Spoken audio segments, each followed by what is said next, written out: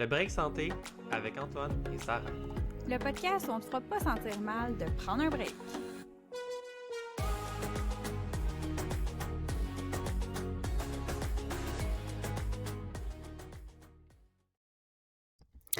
Hey, allô Antoine, allô Gabrielle Trépanier, nutritionniste du sport. Allô? Ça va bien tout le monde? Oui, oui. Yes. Fait que aujourd'hui, Antoine puis moi, on reçoit, c'est ça, Gabrielle Trépanier, nutritionniste du sport. J'aimerais ça, Gabrielle, que tu te présentes pour les gens qui te connaissent pas.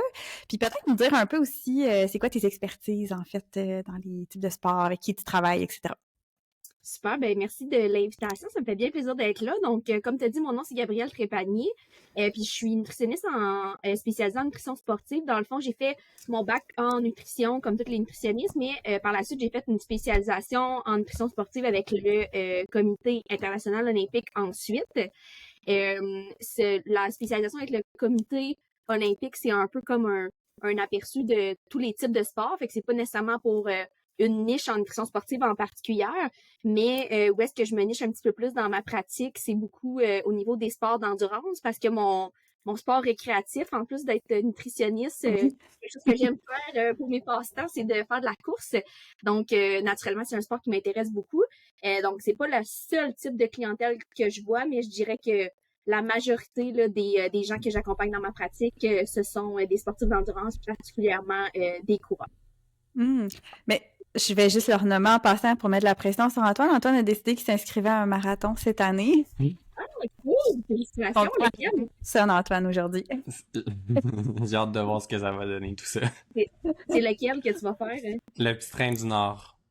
Ah, cool, je l'ai fait cette année. Je me suis dit que j'allais prendre le plus facile de toute la gang pour commencer. Ouais, mais moi, je mettrais un bémol là-dessus. C'est ça que tout le monde dit, mais moi, je l'ai fait cette année, puis c'était mon 4 ou 5e marathon. Puis c'en est un que j'ai trouvé les plus difficiles au final, parce que oui, ça descend, mais je trouve que c'est dur sur les genoux, dur sur les quads, sur les jambes de façon différente. Puis ça dépend toujours dans quoi on est habitué de s'entraîner, parce que moi, où j'habite, je suis souvent en montée, tu sais, j'ai pas de parcours où est-ce que je m'entraîne beaucoup en descente. Fait que d'autres parcours que j'ai fait qui étaient plus plats ou avec des montées, puis moi en descente, moi personnellement, je les ai trouvés plus faciles parce que ça ressemblait plus à ça dans quoi j'étais habituée de m'entraîner. Fait que entraîne-toi en descente beaucoup, c'est mon meilleur conseil. Ouais, je vais aller courir. J'habite proche de Oka. Fait que on peut aller courir, puis il y a des montées puis beaucoup de descentes aussi. Fait que je pourrais aller là pour courir. Je vais prendre ton conseil au lieu de courir sur du plat. Là. Ouais, oui, c'est avantageux vu que ça descend, mais ça veut pas dire que c'est plus facile pour tout le monde. Ça dépend vraiment à quoi qu'on est habitué. Puis si c'est quelque chose que notre corps est pas habitué, c'est pas plus facile nécessairement. Moi, j'ai trouvé en tout cas personnellement. Ça a l'air qu'il y a pas trop de monde aussi. Tu sais, vu qu'il y a pas vraiment de poste pour les spectateurs, ça a l'air que t'es comme à courir tout seul pendant un petit bout aussi. Moi, ça me fait pas peur. On dirait que je suis comme content là, parce que j'aime pas ça quand il y a du monde, mais les gens qui trouvent ça dur sur la motivation, je sais pas comment toi t'as vécu clairement. Ça. Oui, moi aussi, là, j'ai trouvé mentalement que c'était quand même difficile parce que c'est en nature, c'est très beau, c'est les couleurs d'automne, mais ça reste que pendant 42 km en ligne droite, t'es dans un petit chemin avec des arbres à côté, avec pas trop de gens. Fait que c'est moins stimulant, mettons, que faire une course dans une grande ville, que tu passes à différents endroits, qu'il y a des gens qui encouragent. Moi, j'ai réalisé que j'aimais mieux les courses avec plus d'action, mettons, sur le parcours. Mais encore là, c'est très personnel, là, comme tu dis. Tu pourrais te mettre aux courses à obstacles, tu vas en avoir de l'action. Ah, c'est bon, ça. Moi, je t'écoute parler, jusqu'à vous, j'aurais juste pas de motivation. C'était tellement pas mon sport, la course. Là. À de longue distance, là. Non, vraiment, c'est pas ça. Je trouve des choses différentes qui nous allument, puis même quand on aime faire du sport, l'important, c'est de trouver qu'est-ce qui nous stimule, mais je pense que ça peut se développer parce que moi, à la base, quand j'ai commencé à courir, j'aimais courir, mais je disais que j'allais jamais faire plus que des 10 km, que je ferais jamais des demi-marathons, puis finalement, maintenant, ma distance préférée, c'est le marathon, tu sais, fait que ça peut évoluer. Non, c'est super intéressant, mais c'est ça, c'est fascinant de voir les intérêts. Fait que c'est chouette. Fait que là, pour les gens qui sont dans cet intérêt-là, on va en parler un petit peu plus aussi. On avait reçu aussi Audrey Bélanger-Leclerc pour en parler un petit peu. Fait que on va comme compléter un petit peu par rapport à tout ça. Mais j'aurais aimé ça commencer par une question vraiment plus générale sur c'est quoi les besoins, c'est quoi qui est différent pour un sportif? Puis là, tu vas dire, mon Dieu, c'est large comme question, là, mais un sportif en général, puis ça peut être un sportif d'endurance versus d'autres types de sports qui vont être Plus on va plus au niveau de l'entraînement musculaire, le crossfit, le hockey, des choses comme ça. Dans les macronutriments, c'est quoi qu'il faut tenir en compte un petit peu plus, là? Je te mets ça, je sais que c'est large, là. Ben non, c'est large, mais on peut quand même, il y a quand même des points qu'on peut ressortir, même si c'est large, puis que ça diffère d'une personne à l'autre.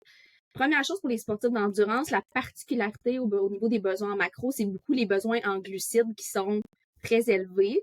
Puis je dirais qu'ils sont très élevés, mais qui vont être aussi très variables au fil des cycles d'entraînement ou au fil d'une année.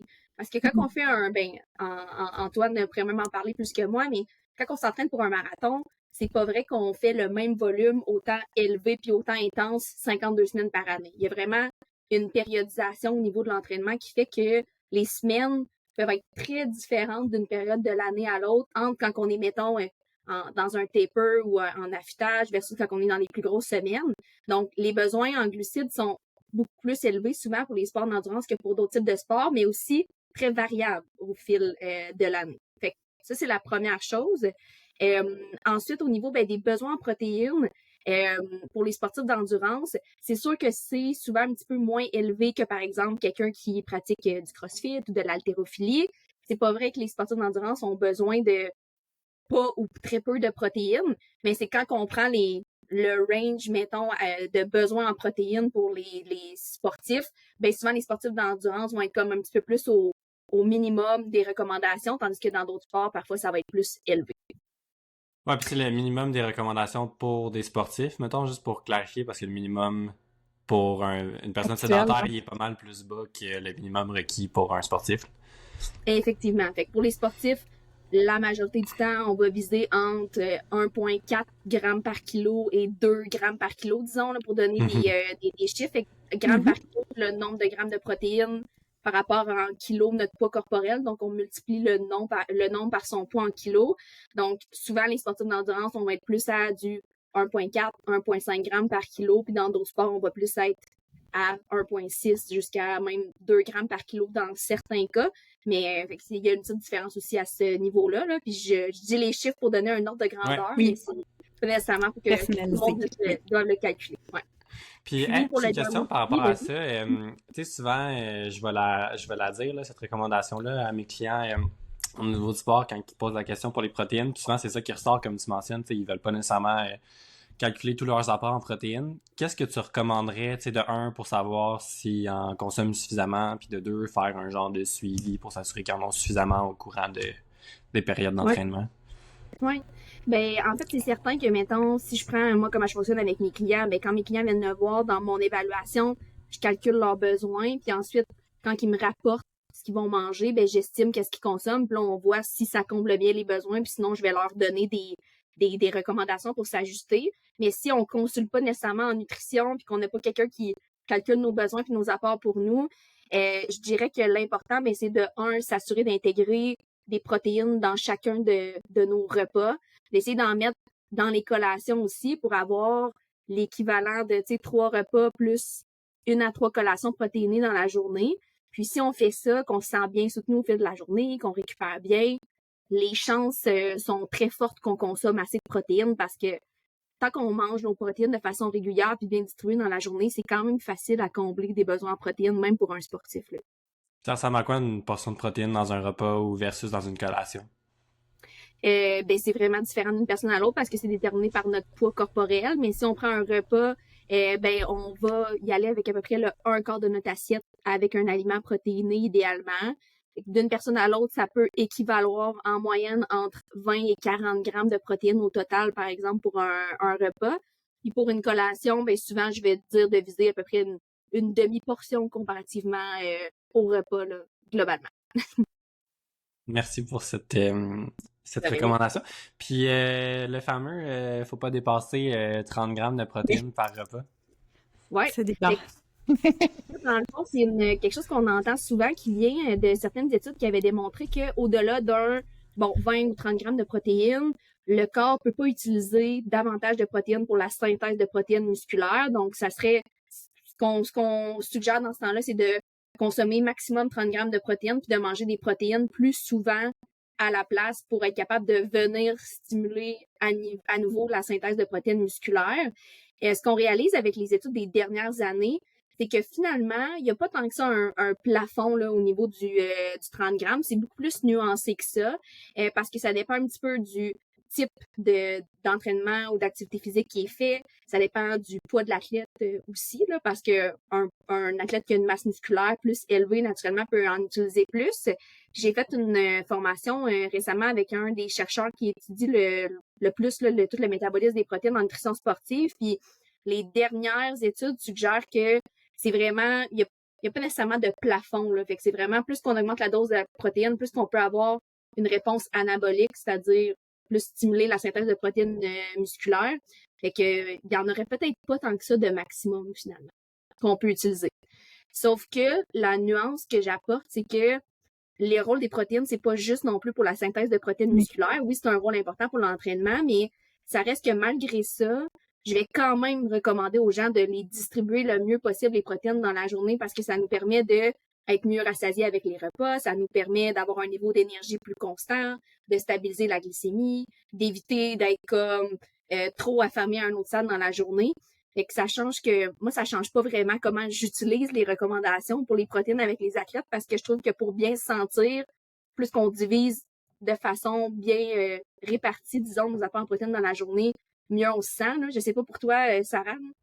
Oui, la même chose. Moi aussi, c'est ça. Je pense que ce qu'il faut retenir là-dedans, c'est effectivement de pas s'arrêter à un chiffre, mais la répartition, même si la raison est pas ce qu'on mentionnait avant, parce qu'il y avait un maximum qu'on pensait que ça pourrait être utilisé, je pense que c'est important de garder en tête que oui, la répartition, c'est quand même une bonne stratégie. Puis pour la gestion de la faim aussi, c'est une bonne stratégie en général, là, quand il y a quand même des glucides dans l'alimentation aussi, précisons-le, là, mais oui, 100%, là. Fait que oui, je pense que c'est quand même un conseil à garder, là. C'est ça. Comme dans tout, il y a toujours des nuances, là.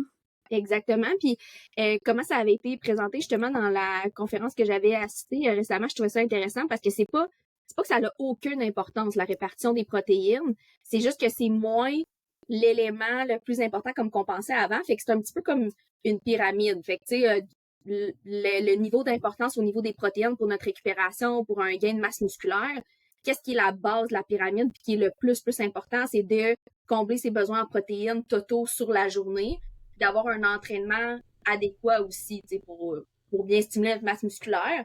Puis après ça, oui, le timing ou la distribution des protéines, c'est comme si c'est le haut de la pyramide, dans le sens que c'est moins la base qui va influencer tous nos résultats au niveau des programmes musculaires. Ça a une petite importance, mais c'est moins crucial, puis on a moins à insister là-dessus, là, comme qu'on a longtemps entendu que si tu prends plus que 30 grammes de protéines, ça sert à rien, puis c'est comme si tu gaspilles une partie, là c'est plus nuancé que ça. Oui, c'est ça. Merci. Une autre chose que je vois aussi, que les gens ont tendance à mettre de l'importance dessus, puis que c'est peut-être pas primordial, c'est vraiment tout de suite après l'entraînement. Là, des fois, je suis au gym, puis je vois...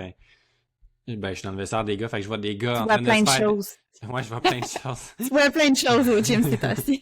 On a plein de choses. Je vais raconter l'anecdote après, mais non, je vois des gars qui sont comme quasiment stressés d'aller dans le vestiaire, puis ils se font leur shake de protéines comme direct dans le vestiaire pour être sûr que ce soit le plus efficace possible. En vérité, c'est que c'est pas tant nécessaire que ça d'être aussi près de la fin de ton entraînement pour consommer des protéines. Là. Non, puis c'est que tu sais, la récupération, elle se fait pas uniquement avec ce qu'on mange directement après l'entraînement, mais elle se fait avec tout ce qu'on mange dans les 24 heures suivantes, même dans les 48 heures des fois. Fait que c'est bien de vouloir optimiser sa nutrition post-entraînement, mais on n'a pas besoin de se presser autant que ça, là, comme tu le dis. Là. C'est pas juste les protéines qui sont importantes après l'entraînement non plus. Non, c'est ça, il y a comme la combinaison avec d'autres macronutriments aussi. Mais où est-ce que l'anecdote de ce que je vois au gym, c'est parce que j'étais au gym récemment, tu sais, j'étais en train de faire la muscu, puis j'ai vraiment rien contre les gars qui mettent des cuissards, mais c'est juste que là, je pouvais te dire la grandeur de ses organes génitaux, puis je pouvais te dire s'il était circoncis ou non, fait que j'avais trouvé ça vraiment ordinaire. J'étais comme Sarah, man. Fait que là, fallait que il était déconcentré un peu pendant son entraînement. Mais c'est weird, là, tu sais. Ok, ouais. Il y a plein d'anecdotes à raconter après. Parfait. Puis si je me ramène à, mettons, les besoins en général, là, on parlait là, des sports d'endurance, ça serait quoi la différence avec justement les gens qui vont au gym, qui sont plus dans la musculation ou même le crossfit ou bon, là, c'est mon intérêt personnel qui embarque. Oui. Ben en fait, souvent, c'est que les besoins en glucides vont quand même être présent là, pour quelqu'un qui fait un autre type de sport, mais ça va être moins élevé. Puis je dirais que la plus grosse différence, c'est même le pendant l'entraînement. C'est ça qui fait aussi que les besoins en glucides sont tant que ça augmentés pour quelqu'un qui fait des sports d'endurance. C'est que souvent, les entraînements vont être plus longs. On a besoin d'intégrer des glucides pendant l'entraînement. Puis c'est ça la plus grosse différence, en fait, là, pour quelqu'un qui fait plus de la musculation, du crossfit.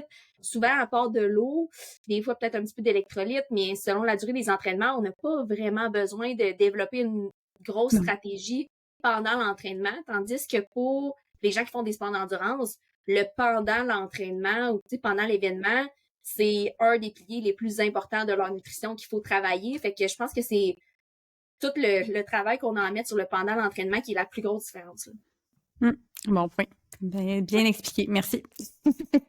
Parlant des fameux entraînements au gym puis la consommation de trucs intra-entraînement, récemment, il y a quelqu'un qui me dit je prends un supplément. J'étais comme OK, quel supplément? Puis là, il me dit la base, là, tu sais, supplément de protéines, créatine, BCAA, puis genre 4 autres affaires, vitamines, minéraux. Puis là, c'était bien important dans le gym d'avoir sa créatine avec son pré-workout avant. Après ça, les BCAA, non, des EAA maintenant, c'est ça qui est plus trendy. C'est la mode, oui. Puis après ça, il fallait que ce soit absolument le shake de protéines. Puis tu sais, j'étais là, ça coûte cher à un moment donné, là, tout ça, là. Fait que, tu sais, qu'est-ce que tu penses de, comme, tous ces suppléments-là qui sont, comme, populaires sur le marché?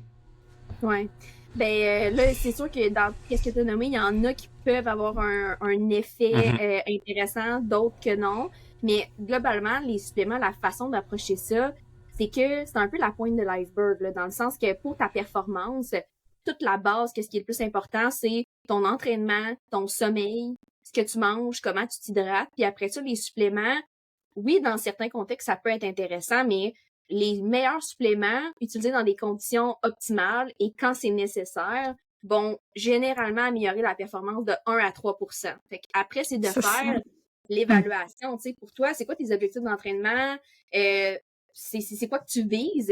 Est-ce que le coût associé à ça vaut ton 1 à 3% d'amélioration? Tu sais, souvent, la réponse, c'est que c'est mieux d'utiliser cet argent-là pour l'investir dans des équipements d'entraînement, pour des aliments de qualité, pour un bon programme d'entraînement, puis on va avoir beaucoup plus de résultats.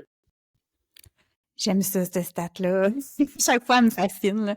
Bonne pression. Je voulais juste dire, Antoine, t'es bien réveillé, finalement. Il m'écrit tantôt, il était comme « je suis vraiment mollo, je pense que j'ai quelque chose, j'ai mal à la tête, j'ai un rhume. » Puis là, il est comme « J'ai pris 2 cafés, là, il faut l'allumer. » là. Fait que je voulais juste le nommer, je trouvais ça cocasse. Je vais faire une sieste après le podcast, check bien. Les cafés. C'est ça, j'étais comme « Mon Dieu, je m'attendais pas à ça, Antoine-là, matin. C'est parfait, comme ça. » Non, c'est ça. Ouais. C'est ma réponse générale sur les suppléments. Après ça, tous les suppléments que tu as nommés, je pense qu'on préfère l'épisode de podcast quasiment au complet pour les analyser. Là. Mais il y a certains, même suppléments dans ce que tu as nommé, qui peuvent être remplacés par juste des aliments. La poudre de protéines, si on consomme nos protéines, ça fonctionne. Fait que c'est vraiment du cas par cas. 100%. Puis oui, effectivement, on n'aura pas le temps d'aller en profondeur, là. Fait qu'on pourra c'est ça, clairement, il va falloir faire un épisode à un moment donné juste sur les suppléments, là, ça va être nécessaire. Ouais, ça va être bon. Puis, une autre question qu'on se fait poser souvent aussi, là, c'est à partir de quel volume d'entraînement tu peux dire qu'il faut que tu fasses des adaptations dans ton alimentation? Parce qu'il y a beaucoup de gens qui, justement, vont commencer, puis là, tu sais, on est en janvier, c'est le temps des résolutions, les gens vont commencer à aller au gym, puis justement, là, il va y avoir, oui, les suppléments, la poudre de protéines et tout, mais, tu sais, à partir de quand tu dirais qu'une personne qui nous écoute, qui s'entraîne 2 à 3 fois par semaine, est-ce que cette personne-là doit faire des adaptations? Si oui, à quel niveau? Des fois, ce qu'on voit, c'est que peut-être plus chez les hommes que chez les femmes, là, mais il va y avoir une espèce de compensation où il va y avoir comme une surconsommation, une exagération dans les macros en pensant que c'est nécessaire. Fait que ce serait quoi comme tes cues un peu par rapport à ça? Oui. Pour n'importe qui s'entraîne, je pense que ce qui est important, c'est de surveiller sa structure alimentaire puis son autour de l'entraînement. Fait que, s'assurer d'avoir une bonne routine, d'être régulier dans son alimentation, d'avoir des repas qui sont complets, puis de s'assurer que, mais si les repas sont trop éloignés des entraînements, de se rajouter au moins une petite collation avant. Ça, c'est vraiment juste la base de la structure. Fait que ça, c'est important pour tout le monde. Mais où est-ce qu'il faut vraiment augmenter au niveau des quantités? Surtout pour, mettons là, est-ce qu'on parle juste des sports d'endurance ou de tous les types de sports? On va parler de tout, là. On va faire ça général, là. Je te complique la chose. C'est vraiment, au niveau des besoins, tu sais, en glucides, qu'il va y avoir une différence en fonction de l'évolution du volume d'entraînement. Puis, où est-ce que les besoins en glucides augmentent, je dirais, de façon significative? C'est quand il y a plus que 1 heure par jour d'activité physique à intensité, disons, modérée à élevée, tu sais. Fait que je dis intensité modérée à élevée, puis en continu. Parce que si on prend, mettons, OK, je vais au gym 1 heure par jour, mais là-dedans, il y a une bonne partie qui est du social, puis que, tu sais, j'ai des longues pauses entre mes sets, ben là, on n'est pas nécessairement dans 1 heure d'intensité soutenue par jour, là. Mais au niveau des besoins en glucides, c'est vraiment au-delà d'1 heure par jour que ça commence à faire une différence. Parce que quand on est en bas de 1 heure par jour d'activité physique, les besoins en glucides vont être entre 3 et 4 grammes par kilo, ce qui est vraiment facile à combler juste en mettant des féculents chaque repas, des collations avec des fruits, des féculents un petit peu. Mais c'est quand on dépasse le 1 heure par jour que là, les besoins en glucides vont quand même augmenter plus à 5-6 grammes par kilo et plus. Puis là, c'est là qu'il faut porter plus attention parce que des fois, il faut enrichir un petit peu plus avec des sucres concentrés, changer les proportions dans ses assiettes. Fait que je dirais que le 1 heure, là, c'est pas mal à partir de là. C'est un bon gauge en général. Merci de le préciser. Ça veut pas dire que si une fois dans la semaine, on fait 1 heure ou plus que là, il faut augmenter les apports en glucides. Mais si on a vraiment au moins 1 heure à chaque jour, fait que un volume d'entraînement d'au moins 7 à 10 heures par semaine, c'est là des fois que ça commence à faire une plus grosse différence.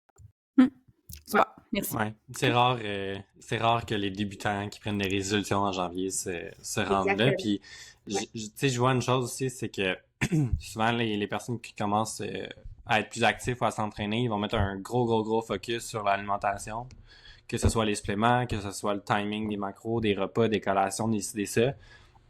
Puis, tu sais, en fait, c'est facile de vendre du rêve avec des suppléments qui font des miracles, là. Fait que, tu sais, on tombe dans le panneau.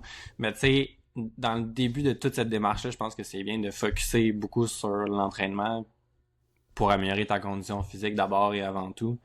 Puis, de venir comme garnir le reste de tes habitudes de vie là, par la suite. T'sais, c'est rare qu'un débutant va commencer avec 1 heure ou 45 minutes intenses. Ça va être peut-être des 15-20 minutes au début. Fait qu'à ce moment-là, t'as pas nécessairement besoin de prendre un shake de protéines avec des glucides après ou de rajouter une collation ou de focusser sur complètement changer ton assiette là, finalement. Là. Exactement. Puis s'il y a quelque chose sur quoi se concentrer, ça c'est vrai pour quelqu'un qui est actif ou pas, mais c'est plus de mettre l'emphase sur peut-être la structure de son alimentation, la qualité alimentaire, d'essayer de cuisiner maison, de manger des repas qui comprennent tous les groupes alimentaires, d'ajouter des petites collations aux besoins. C'est plus ça qui va avoir un impact sur comment on se sent au final que de, comme tu dis, là, de vouloir rajouter des suppléments ou des trucs ultra spécifiques autour de l'entraînement.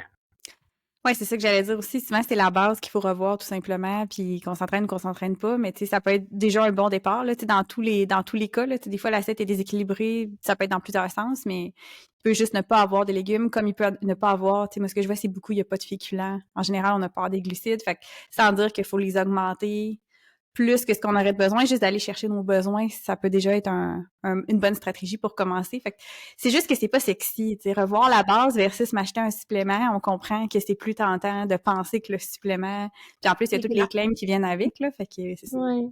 C'est ça, c'est plate, mais c'est ça qui fonctionne. Puis tu sais, ce que j'ajouterais à ce que tu dis, c'est aussi la constance, parce que des fois, ça peut être un objectif à travailler puis qui est difficile parce que, oui, de dire, OK, j'ai des semaines que c'est super bien structuré, mes repas sont complets, mais la semaine d'après, je suis zéro organisée ou la fin de semaine, c'est complètement désorganisé par rapport à la semaine. Fait qu'avant d'aller travailler le plus spécifique ou d'augmenter les quantités, il faut avoir une bonne structure, il faut être constant. C'est les choses les plus importantes à mon avis. Ça amène sur un point, tu sais, on parle souvent, bon, Sarah, toi, ta clientèle, que les féculents, c'est la bête noire. C'est le démon!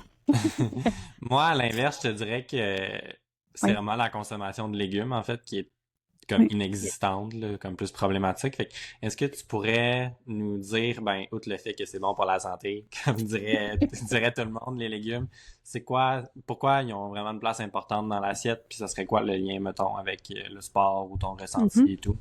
Ouais. Bon. De façon générale, les légumes, c'est pour aller chercher toutes les vitamines puis les minéraux qu'on a de besoin, là. Et puis ça a un rôle important pour l'énergie. Fait que pour quelqu'un qui pour l'énergie, pour le système immunitaire, pour quelqu'un qui s'entraîne, c'est important.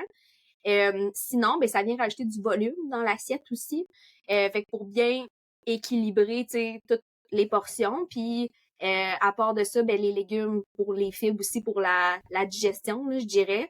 Fait que ça, c'est les choses plus saines d'alimentation en général.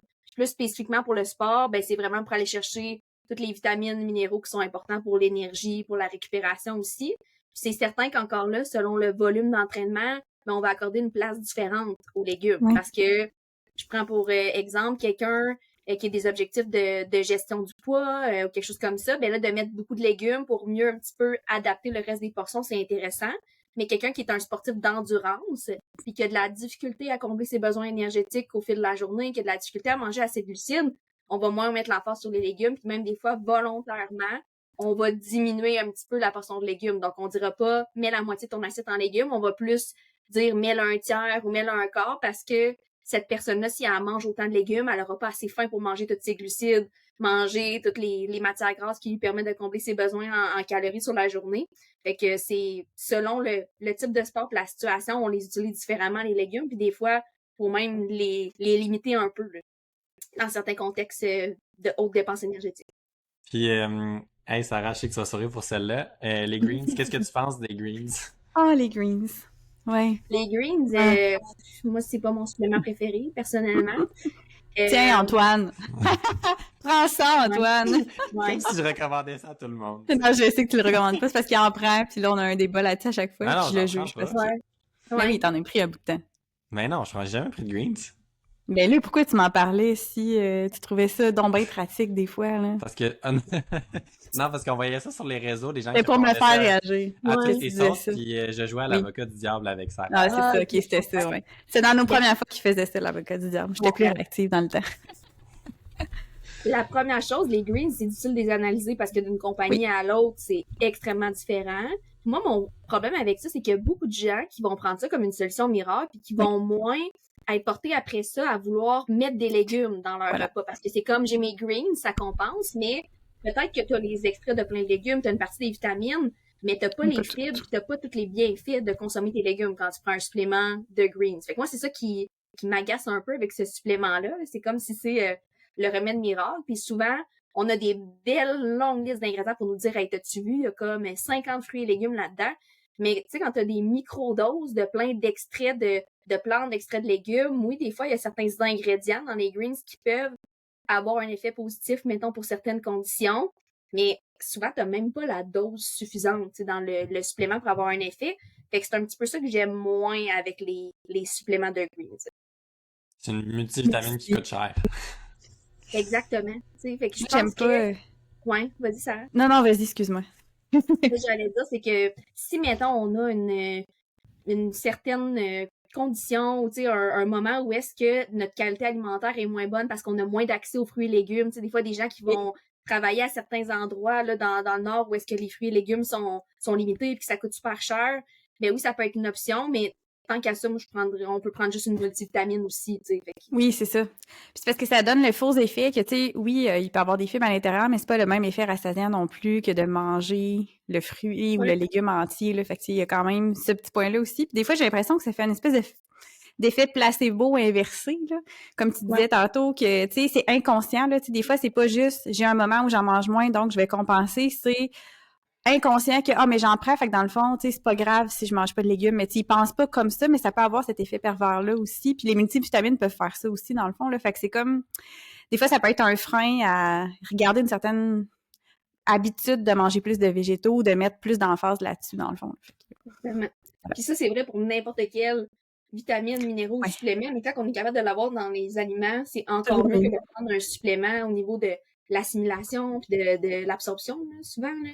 Fait que c'est certain que c'est mieux. Puis par rapport au sport, même, on peut avoir à faire attention parce que des fois, il y a des suppléments de greens qui ont comme des mélanges de plein d'ingrédients, qui ont même des probiotiques. On sait pas toujours comment notre digestion et notre corps peut réagir à ça. J'ai déjà vu des gens qui avaient des troubles digestifs, mettons, à l'effort ou en courant, puis que finalement, on identifiait que c'était leur supplément de greens le problème, puis que quand ils l'ont arrêté, surtout si c'était consommé près des entraînements, les troubles digestifs sont réglés, là. Fait qu'il y a ça aussi. Intéressant. Oui, définitivement. Puis il y a aussi que si on prend d'autres suppléments de vitamines au travers, qu'on les mélange, des fois, on peut avoir des excès de certaines vitamines ou minéraux, là. Fait que oui, ça existe d'avoir des problèmes si certains, on les prend dans la quantité qui est trop élevée, là. Fait que ça Ouais. aussi, c'est à garder en tête, effectivement. Mais on dirait qu'on se dit souvent ça à la légère, mais tu sais, quand tu dépasses des fois les AMT de certaines vitamines, ça peut avoir des conséquences quand même très graves, là. C'est pas Oui. toujours banal, là. Ouais. AMT étant apport maximal tolérable, là, juste pour les gens Ouais. qui nous écoutent, qui se demandent c'est quoi cette affaire-là.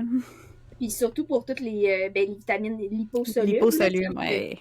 donc les A, D, E et K au niveau des vitamines. Liposoluble, ça veut dire que c'est pas hydrosoluble, donc on peut pas les éliminer dans l'urine. Puis ça peut s'accumuler au niveau de certains organes, surtout au niveau du foie. Ça peut avoir des vraies conséquences graves. Là, fait qu'il faut pas prendre ça à la légère. Effectivement. Puis c'est pas parce que dans le produit, la dose, elle dépasse pas l'AMT, dans le produit seul, que je peux pas la dépasser, parce que des fois, si je prends une multivitamine, un greens, un complexe d'une autre vitamine, ça peut s'accumuler, ou un supplément liquide qui contient des vitamines, ben tout ça peut s'accumuler puis faire que oui, je peux dépasser la dose. Fait que c'est à garder en tête. Ouais, pas parce que c'est naturel qu'on peut en prendre à volonté. C'est que ça. le plus possible, c'est le mieux. Là. Ouais, c'est ça, Exact. le fameux mythe, c'est naturel, il y a pas de danger, là. Ouais. Ouais, c'est ça. Il y a des choses, je veux dire, l'arsenic, c'est naturel, mais c'est pas nécessairement bon C'est pour la santé d'en respirer trop. Tu sais, il y a plein de choses qui sont naturelles, mais qui sont pas nécessairement souhaitables. Exact. Ouais. Je t'amène ailleurs. Tu t'avais partagé, je me rappelle plus le délai exact, là, mais sur tes réseaux sociaux, une publication où tu mentionnais un peu, tu parlais de ton expérience personnelle là, par rapport à ton alimentation qui était peut-être insuffisante pour la quantité de sport que tu faisais, puis comme tu mettais un peu les effets que ça faisait, les effets plus négatifs, puis versus maintenant, comme tu as adapté ton alimentation en conséquence, puis vraiment, tu as vu un méga changement. J'aurais aimé ça t'entendre un peu là-dessus. Oui, ben pour résumer là, mon histoire de façon courte, dans le fond, quand que j'étais au cégep, j'ai comme commencé à m'entraîner. Je faisais un petit peu de course, mais plus de l'entraînement. Puis à ce moment-là, j'étais pas encore nutritionniste, j'avais pas des très bonnes connaissances en nutrition. Puis je me fiais beaucoup à des conseils que je voyais sur Instagram. Puis dans ce temps-là, c'était beaucoup la mode du low carb. Là, puis Oui. ça peut l'être encore un peu, mais c'était pire dans ce temps-là. Fait que j'ai commencé à suivre ça. Puis là, j'ai perdu du poids à ce moment-là. Puis en plus, tu sais, j'avais comme l'anxiété avec l'école, je travaillais comme serveuse, je sautais des repas. Fait que il y a ça mélangé avec plein de choses qui a fait que j'ai perdu du poids. Puis là, j'ai commencé à courir aussi à ce moment-là. Puis ma performance de course allait bien au départ. Puis là, je me faisais beaucoup valoriser par rapport à mon poids, de me dire ah, t'es bonne en course parce que t'es petite, t'es pas lourde. Puis c'est ça que ça prend parce que plus que t'es lourd, plus que c'est du poids à traîner puis que c'est dur de courir. Fait que ça a comme commencé comme ça. Et quand j'ai commencé à courir, j'étais encore un peu dans ces tendances alimentaires-là, puis je mangeais clairement pas assez, puis je l'ai réalisé quand même rapidement, là, en rentrant en nutrition après ça à l'université. Sauf que j'étais comme un petit peu dans un dilemme qui était difficile parce qu'à ce moment-là, oui, j'ai comme réalisé que je comblais pas mes besoins en glucides puis que je mangeais pas assez là, pour la progression de mon entraînement, puis je commençais à faire des demi-marathons puis des marathons. Mais j'augmentais un peu, mais j'étais quand même un peu frileuse parce que je me faisais tellement comme, même par des entraîneurs, par plein de monde, tellement me faire comme valoriser par rapport à ma composition corporelle que j'avais peur de reprendre du poids, même si je savais que j'étais vraiment comme pas assez alimentée et que ça avait été trop loin, disons, ma perte de poids. Fait que j'ai comme resté un peu là-dedans pendant quelques années. Là, je te dirais 2-3 ans que j'étais capable de quand même progresser en course. Mais après ça, je me suis blessée. C'était comme écrit dans le ciel, mais à ce moment-là, moi, je pense que je me pensais invincible puis que je pensais que j'étais correcte. Fait que je me suis blessée puis ça m'a empêché de courir pendant presque 3 ans, là, que ma blessure n'arrivait pas à récupérer, aucun professionnel comprenait qu'est-ce que j'avais. Mais mon corps était juste comme, je m'étais tellement poussée à bout que mon corps était juste pas capable de récupérer. Puis c'est un peu le REDS que vous avez parlé dans l'épisode avec Jacqueline, là, qui l'a super bien expliqué. Fait que c'est quand notre corps est vraiment en trop gros déficit énergétique par rapport à ce qu'on lui demande pour assurer ses fonctions de base en plus de l'entraînement, on peut se blesser, on peut perdre ses menstruations chez les femmes, on peut avoir plein de complications graves sur notre santé et sur la performance. C'est vraiment ça qui m'est arrivé à ce moment-là. Puis après, ces 2-3 ans-là de blessure, j'ai pu reprendre la course graduellement, mais avec une approche complètement différente au niveau de la nutrition. Puis avec ce processus-là, c'est certain que j'ai repris du poids, mais finalement, même si j'ai repris du poids, je suis juste plus performante parce que mon corps il est bien nourri, j'ai une meilleure énergie, une meilleure récupération, puis j'aurais jamais pensé me sentir comme ça puis atteindre ça maintenant. Fait que c'est vraiment une preuve de plus que quand on focus sur donner de l'énergie à notre corps, donner assez de glucides, pas avoir peur de trop manger quand on fait des sports d'endurance, ben même si le poids évolue, c'est juste mieux pour la performance, pour comment on se sent, parce que c'est pas vrai que la performance, même en course à pied, que c'est juste lié au poids, puis que c'est aussi simple que moins que t'as de gras, plus tu cours vite. C'est beaucoup plus complexe que ça. Définitivement. Ben, merci. C'était un bon... j'imagine que certaines personnes peuvent peut-être relate un peu à certains degrés, là, fait que je trouvais ça intéressant d'en parler. Ouais. Merci. Ça arrive tellement souvent. Hein. Oui, surtout chez les femmes, mais ça peut arriver chez les hommes aussi. Ouais. C'est possible. Hein? On regarde dans le coin d'Antoine. Ouais. Oui, effectivement. Oui, définitivement. Puis, 100%.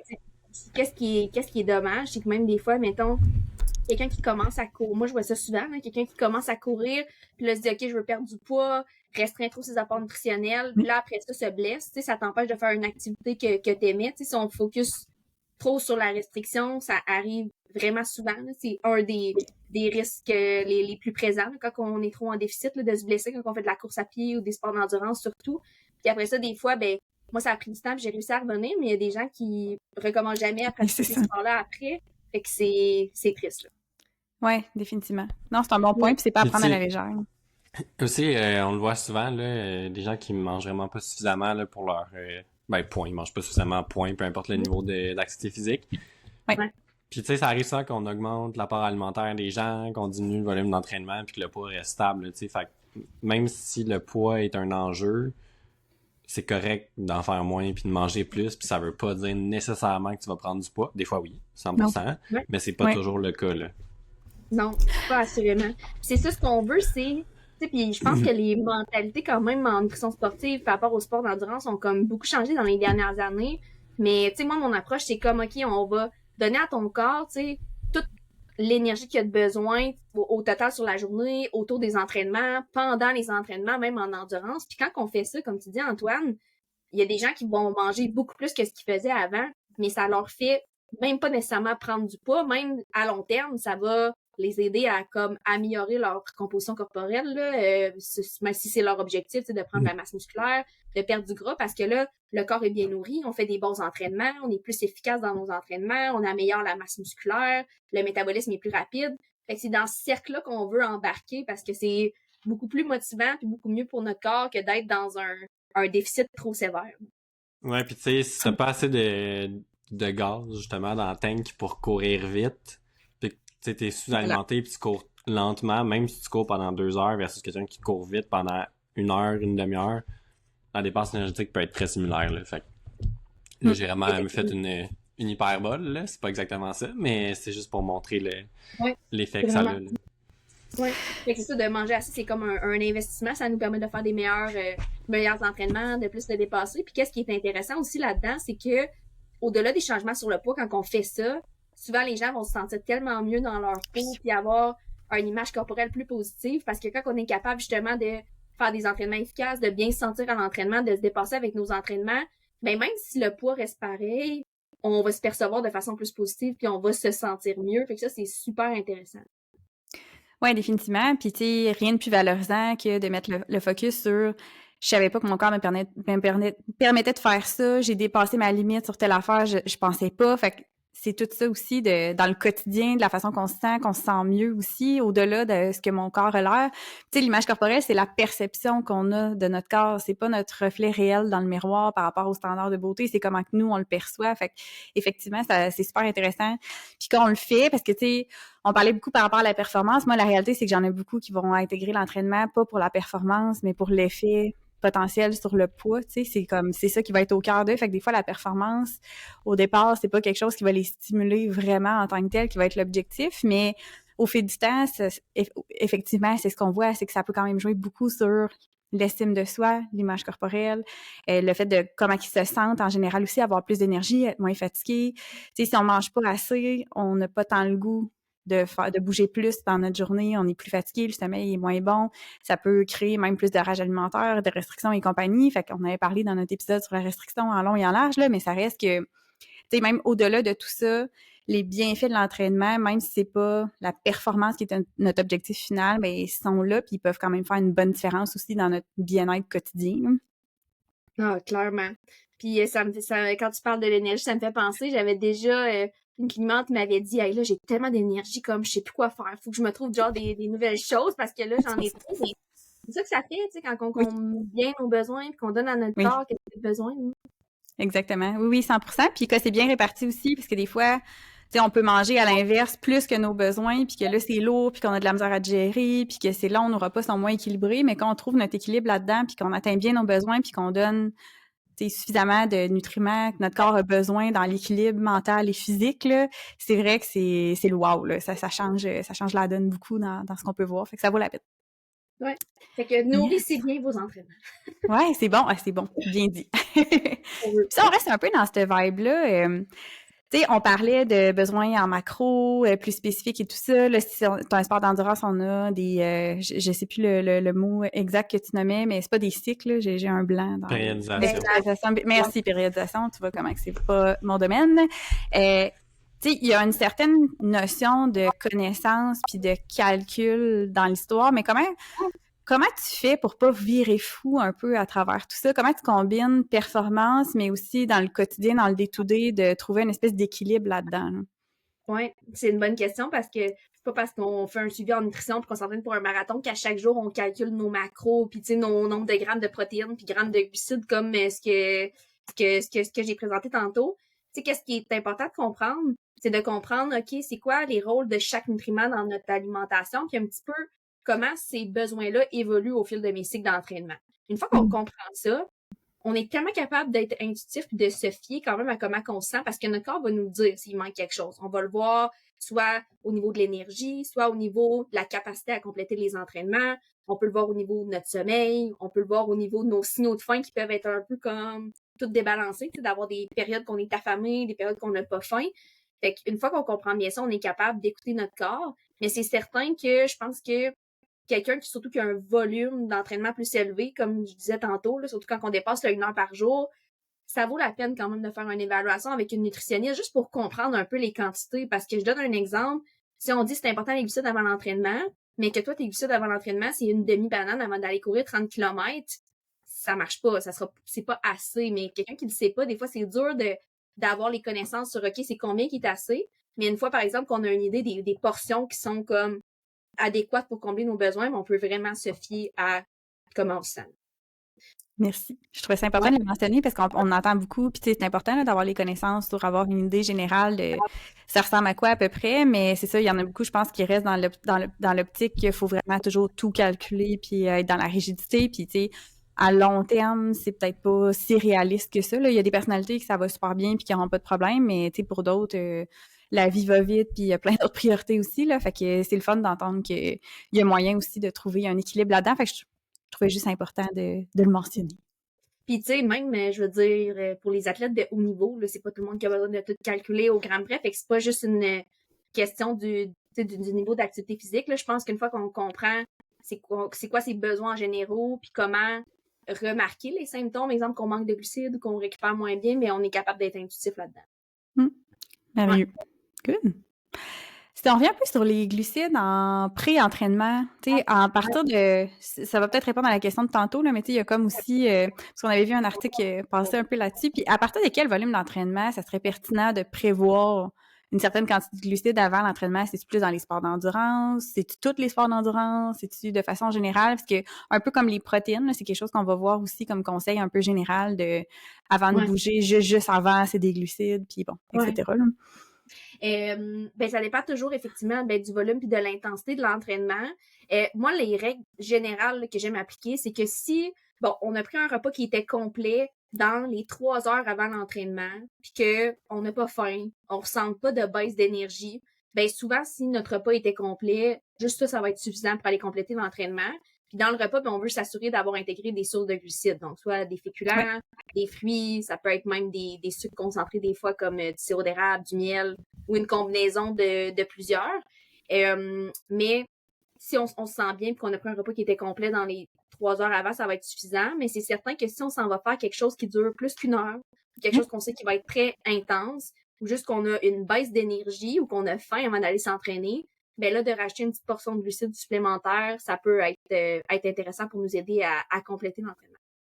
C'est ça, parce que finalement, je pense que l'article, c'était que ça montrait qu'il n'y avait pas d'avantage à consommer des glucides si t'étais arrivé dans un état nourri, finalement. Fait que si t'avais pris un repas complet, si tu penses que prendre des glucides avant va t'aider à mieux performer, non, pas nécessairement. Là, c'est pas un boost, là, c'est juste... On dirait un peu comme n'importe quoi en nutrition. Là. Comme les pré-workouts. Faut que tu remplis tes besoins, puis si tes besoins sont pas remplis, en le remplissant, tu vas avoir un avantage, mais il n'y a pas d'avantage à aller au-delà de tes besoins nécessairement. Là. Comme les vitamines. Oui, exact. Exactement. Puis tu sais, je pense que j'ai pas lu l'article au complet, mais c'était pour un effort qui était quand même court, hein, si je me trompe pas. Il me semble que oui. Intense, mais pas très long comme entraînement. Oui, je pense pas que c'était pas pour les sports d'endurance. C'est vraiment ça la nuance. Fait que sinon, dans cette étude-là, les athlètes avaient pris un repas complet qui contenait assez de glucides pour eux 3 heures avant, puis que l'entraînement était moins de 1 heure, il était correct avec ça. Ça changeait pas grand-chose, c'est ça. Ok, ça revient encore. Excuse, vas-y, ça. Non, mais vas-y. Je me disais, ça revient encore à...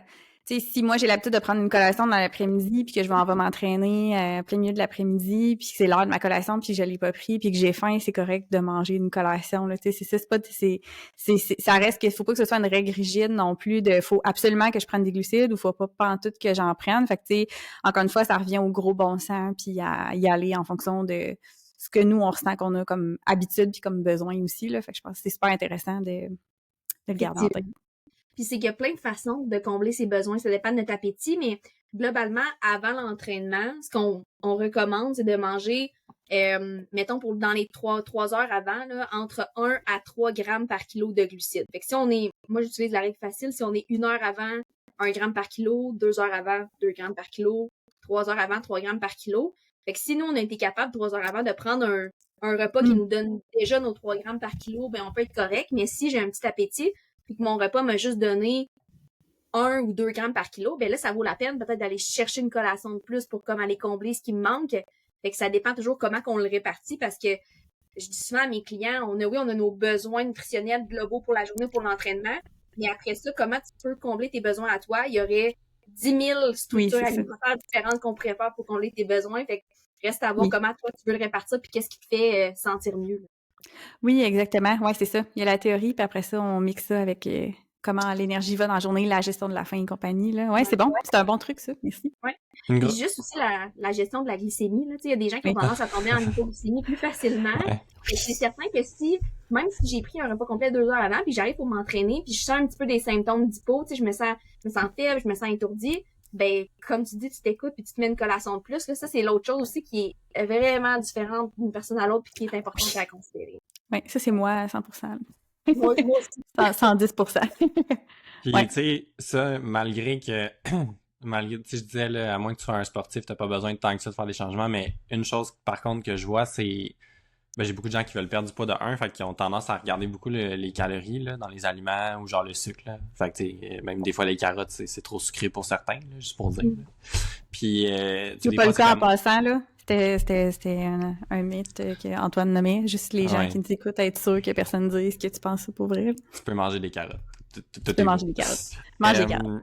Mais, ceci étant dit, ça arrive quand même fréquemment j'ai pris un repas à midi, puis là, ils viennent s'entraîner au gym, puis là, ils sont comme faibles en entraînement, puis là, tu manges une collation? Oui, je mange une collation, ok, c'est quoi la collation? Des céleris puis des carottes. J'étais comme, tu sais, c'est peut-être pas ça que ton corps avait besoin à ce moment-là, tu sais, ça t'a peut-être coupé un peu la faim, mais tu sais, pour l'entraînement, c'est peut-être pas l'idéal, finalement, d'avoir juste des crudités, là. Effectivement. Fait que là, c'est un des, justement, quand je disais, c'est quand ça fait plus que 3 heures qu'on n'a pas mangé, là, effectivement, d'ajouter une collation avec des glucides avant l'entraînement, c'est pertinent. Donc, les gens qui s'entraînent en fin de journée vers 4-5 heures, si on a mangé à midi, c'est sûr que ça vaut la peine d'ajouter une petite collation qui contient des glucides, donc qui contient soit un produit céréalier ou un fruit. Là, ça peut être un petit muffin de maison, une galette, un fruit, pour leur redonner un peu d'énergie, parce que même si c'est pas l'entraînement le plus exigeant, ça fait juste trop longtemps qu'on n'a pas mangé. Ouais, pour ceux qui travaillent et qui ont tendance à oublier de se faire des collations, tu sais, souvent, moi, l'exemple que je vais donner qui est comme un lifesaver, c'est un sac de fruits séchés que tu traînes que tu laisses dans un sac, tu sais, comme ça, si jamais t'es mal pris, tu peux consommer ça, là. Ou moi, je suis bien fan aussi des petites compotes là, en Ouais. sachet. Ça se prend super vite avant l'entraînement. C'est non périssable, fait que tu peux en laisser cacher un peu partout. Puis Ouais. On fait les écureuils là, avec la bouffe partout, là. Ouais, ça, c'est c'est... ça, Oui, oui, ça, des c'est mon genre réserves. aussi. Oui, merveilleux. Puis j'aurais peut-être envie de conclure avec une dernière question, mais elle va peut-être être pas simple, là, mais par rapport à tout ce qui est caféine, insomnie, sommeil, parce que je t'avais déjà entendu dans un autre podcast en parler, puis j'avais trouvé ça super intéressant de ton expérience personnelle aussi là-dedans, là, mais tu sais, qu'est-ce qu'il faut garder en tête si on a tendance à avoir un sommeil, soit de l'insomnie ou un sommeil comme plus coupé ou plus difficile là, par rapport à tout ce qui est supplément, pré-workout et compagnie, là. Oui, parce que la caféine, c'est un stimulant efficace, bien démontré pour l'activité physique. Ça, c'est très clair dans la science. C'est un des suppléments qui est démontré le plus efficace pour un peu tout type de sport ou d'effort confondu. Qu'est-ce qui arrive par contre, c'est que oui, pour l'entraînement, ça va aider parce que ça aide à diminuer la perception de fatigue. Fait que quand c'est difficile, ben, ça va un petit peu diminuer tous les signaux qui vont dire à mon cerveau, OK, t'es fatigué, qu'est-ce que tu fais là? Arrête. Fait qu'on ressent un petit peu moins ces symptômes-là ou ces pensées-là, puis on est capable de plus comme pousser ou de plus compléter notre entraînement ou notre effort parce que souvent, c'est ça qui nous bloque ou qui nous fait un peu ralentir. Ouais. Sauf Le que mental. ouais, effectivement. Fait que c'est très, très mental. Sauf que la caféine, ça va faire effet sur le sommeil jusqu'à 8 heures après la consommation, même jusqu'à 12 heures chez certaines personnes. Fait que là, oui, la caféine aide un peu la performance, mais qu'est-ce qui aide encore plus la performance que la caféine? C'est le sommeil et la récupération. Fait que si pour mon entraînement de fin de journée, pour être capable de faire une rep de plus dans mon set, je prends de la caféine dans un pré-workout, mais qu'après ça, je dors pas ou je dors mal, ben je pense que je suis mieux de peut-être être un petit peu plus fatiguée pour mon entraînement, mais bien dormir, c'est ça qui va faire la plus grosse différence. Fait que c'est Puis, vraiment... juste en Ouais. parler sur le fait que, tu sais, moi, la phrase que souvent les gens me sortent, sont comme, ouais, mais je suis capable de m'endormir quand même. Quand je peux prendre un café avant de me Ouais, coucher, puis il n'y a pas de stress, puis je suis comme, oui, il y a un stress quand même, là, oui, tu sais. c'est un bon point. Ouais. Ouais.